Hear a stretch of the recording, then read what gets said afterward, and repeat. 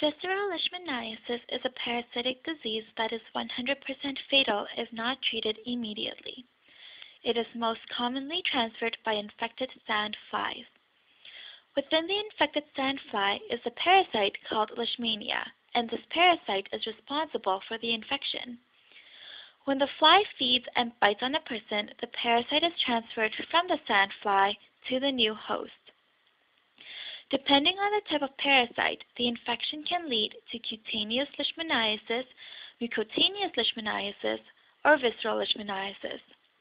For the purpose of this video, we will focus on visceral leishmaniasis, or VL for short. When the Leishmania parasite enters our body, our defense system knows that it doesn't belong, so the white blood cells go to kill it. They engulf the parasite and try to kill it with their killing agents, but the parasite is able to survive within the cell.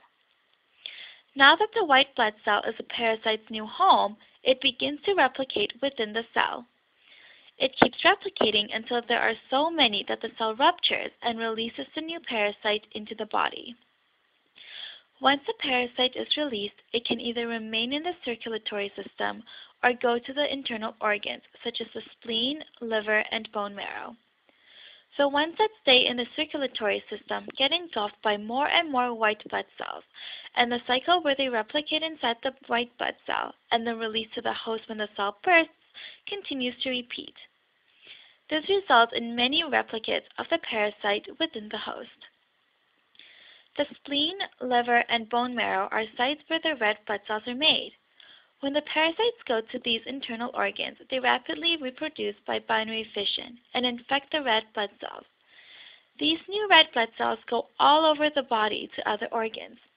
As a result, the parasite infects all the cells in the host.